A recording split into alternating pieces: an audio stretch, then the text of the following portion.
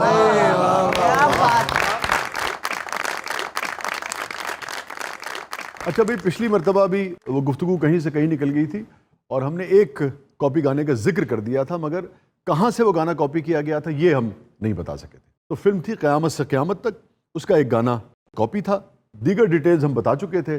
Copy گانے کا title تھا اکیلے ہیں تو کیا غم ہے. 1988 میں یہ گانا بھارت میں کاپی کیا گیا تھا.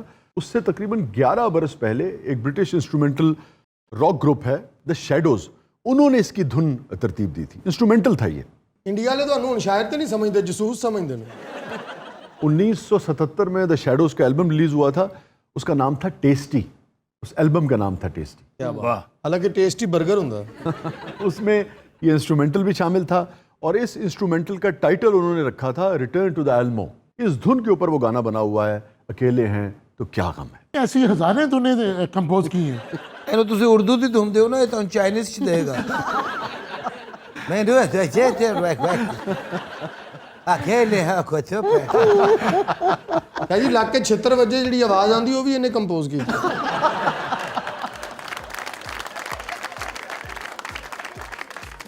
ناظرین چھوٹے سے وقفے کے بعد واپس آتے ہیں, آپ دیکھ رہے ہیں زبردست. اور پروڈیوسر کو کہہ رہے ہوتا ہے اوریجنل آواز چاہیے تھی تو مارو چت. منظر کے پیچھے تھے کئی منظر چھپے ہوئے, جلوہ فریب تھا تیرا پردہ فریب تھا, وہ نہیں تھا جو ہمیں آتا رہا نظر, وقت رواں تو لمحہ بل لمحہ فریب تھا. اجازت دیجیے, اللہ حافظ.